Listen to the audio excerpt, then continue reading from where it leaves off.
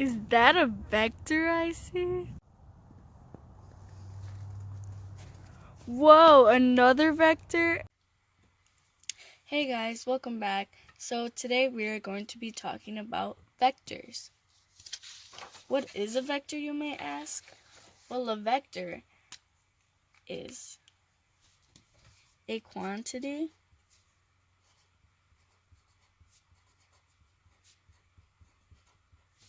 that has both size and direction. Size could also be known as the magnitude. When drawing a vector, it's an initial point going up in a direction.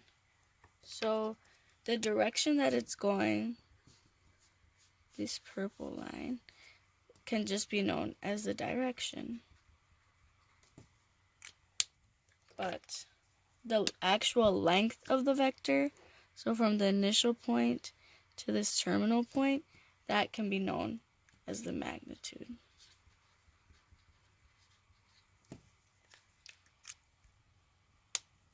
The length of the line shows its magnitude, and the arrowhead here points to a certain direction that it is going. Next, we are going to talk about vector notation. So, as said before, when drawing a vector, you have the initial point and going in a certain direction, going towards a terminal point. So this point up here, the arrowhead, can be known as the terminal point. And this point down here is the initial point.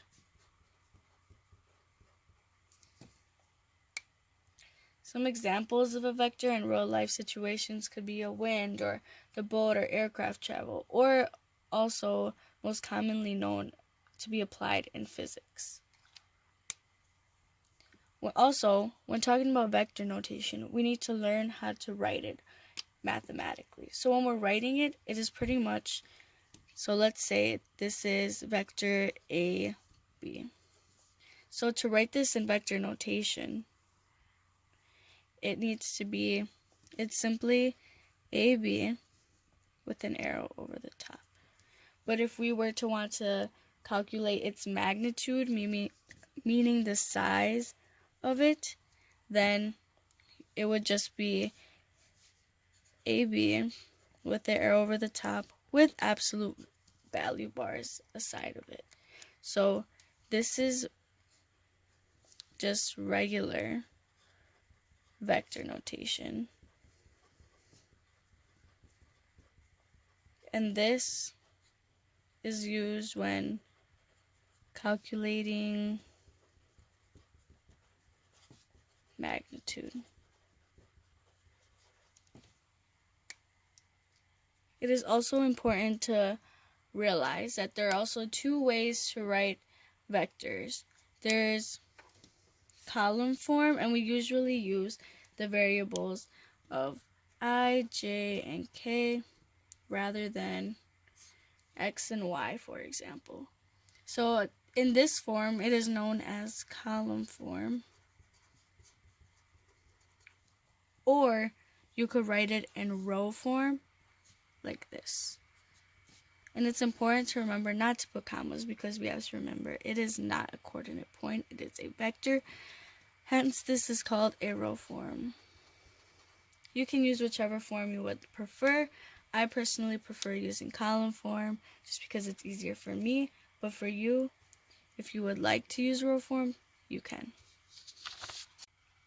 Okay, so next we're going to be talking about two of the most important operations that you need to know in order to understand the basics of vectors, and that is calculating the scalar product, also known as the dot product.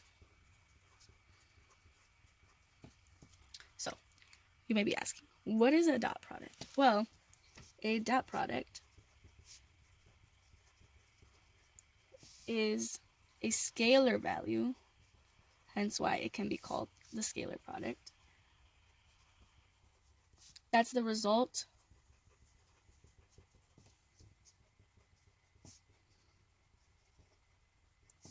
of an operation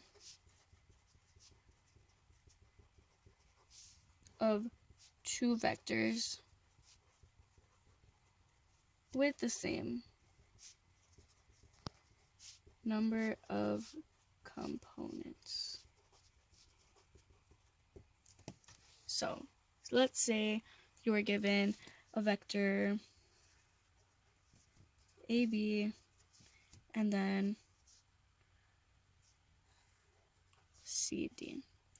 You could calculate the dot product of these two vectors because they have the same amount of components, meaning that they only have 2 points. So it'd be I and J, or in this case A and B, and then this would be I and J, or in this case C and D. So meaning they have only 2 components. So you can only use a dot product if there are the same number of components as it says here. We will also be needing to talk about magnitude. As stated before, magnitude is the overall length of the vector. So this means that the length of the vector is equal to the magnitude. Next, we will be talking about the different equations provided in our formula booklet that can help us calculate the dot product and the magnitude and other things such as the angle between two vectors. I would also like to mention that scalars do not have units.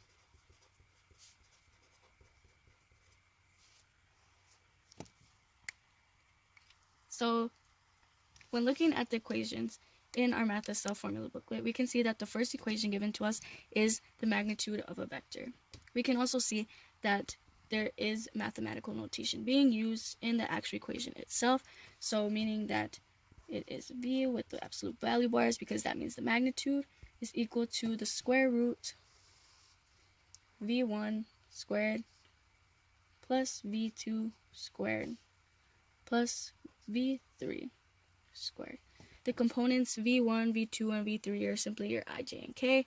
So you could also see this as the magnitude of the square root of I squared plus J squared plus K squared. And then that would get you. So then you could write it as I squared plus J squared plus K squared, because it's simply asking you for the components. Next, we are going to talk about the scalar product, or as mentioned before, the dot product. So the dot product notation is A with the little dot in the middle times B, or if you have more components, it can be A times B times C. So for the equation of this, it is V times W is equal to the magnitude of V times the magnitude of W cosine theta. So don't be afraid just because there's different variables being used, because in the end of the day, it's simply the same thing. So you can use this to find this equation to find the scalar product of your vector. The next equation that we'll be using from our formula packet is the angle between two vectors. So let me just open up my formula packet. So the equation for this is cosine theta is equal to V times W over the magnitude of V times the magnitude of W. So we can use this. We can see where these variables come from on an actual geometric vector if we draw it. So let's say that this is V, and then this is W, and then simply the angle theta. So you simply plug in the value of v to v, w to w, and then you would have to calculate the magnitude of these vectors in order to plug in those numbers here. Next, I would like to talk about the unit vector. So, a unit vector, by definition, is a vector whose magnitude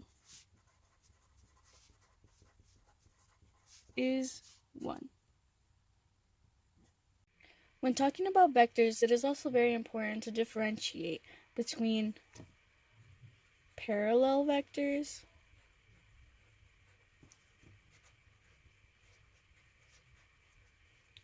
and perpendicular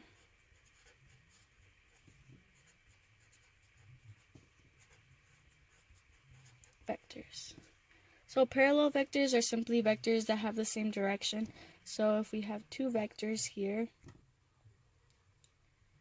no points intersect and they are simply just going in the same direction. So vectors with same direction.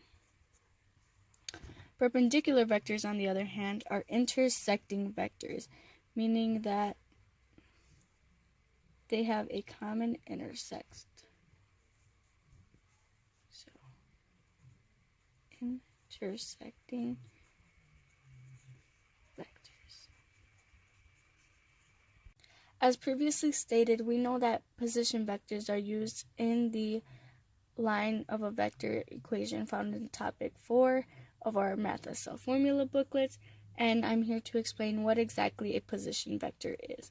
So a position vector is simply coordinates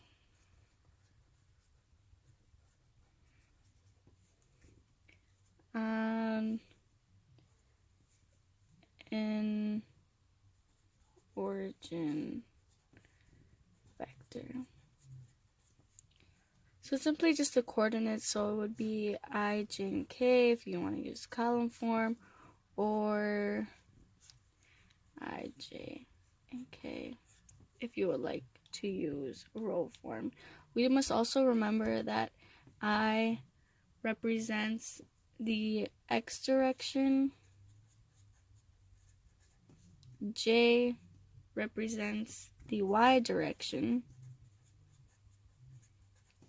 and k is a 3-dimensional direction.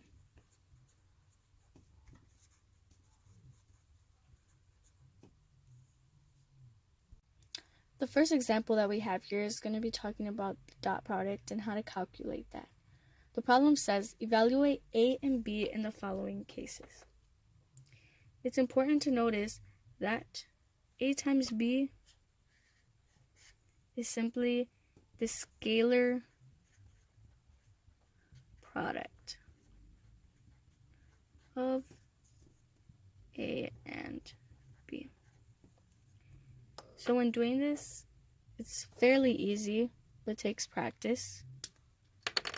You do A times B.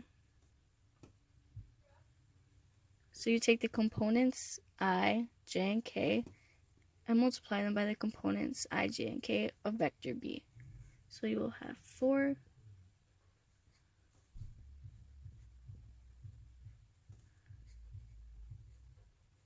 so this will simply be 3 times 5.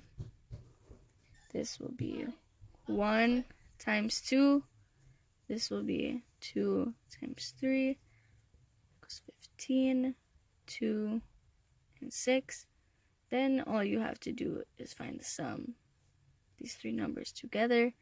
15 plus 2 is 17, 18, 19, 20, 21, 22, 23. And 23 is your final dot product for that. Now, this is done in column form, but as I said earlier, you could also do it in row form. And it's simply the same thing once again. If it's easier for you to do this in column form, then I would just switch this to column form as I do for myself. So this is just 4, 7, and 2.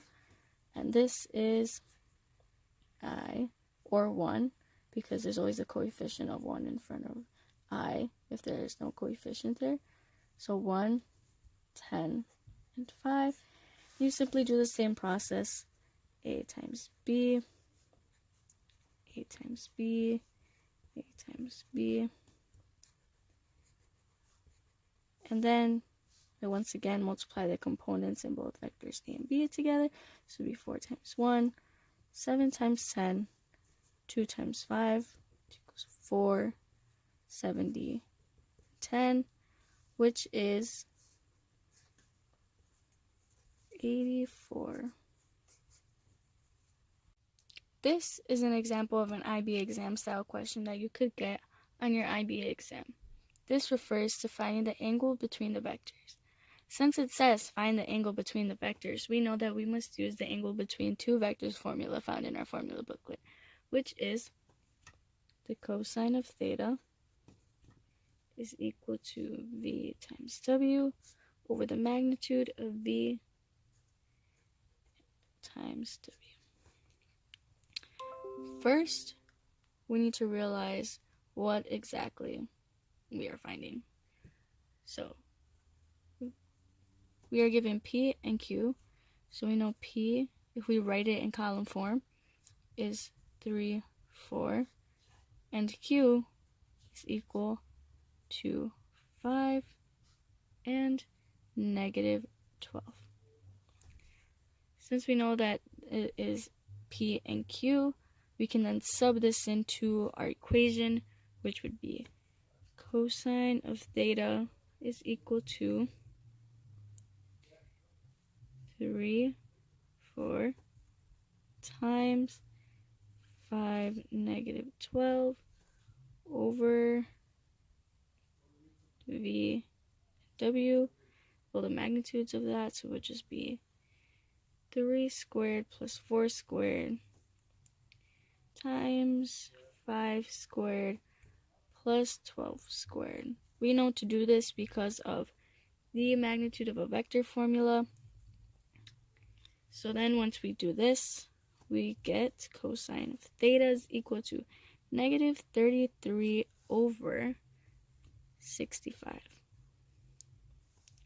Then, since we want to solve for theta, we need to find the inverse cosine of that. So theta is equal to inverse cosine of negative 33 over 65. And when we put that into our calculator, we get approximately 120.51 degrees. But that is not the answer. Because since we want to find the acute angle between the vectors, we have to subtract theta from 180. So 180 degrees minus 120.51 degrees to get our final answer of 59.5 degrees. And this is an acute angle, so we know that it is correct. Pause the video here and try this IB style exam question by yourself. These are the solutions for question 8 of your assignment, part A, 1, and 2. So you can pause here to view this. And now, this is solutions to part B of question 8. Thank you so much for watching my video. I hope you enjoyed. Can't wait for the next.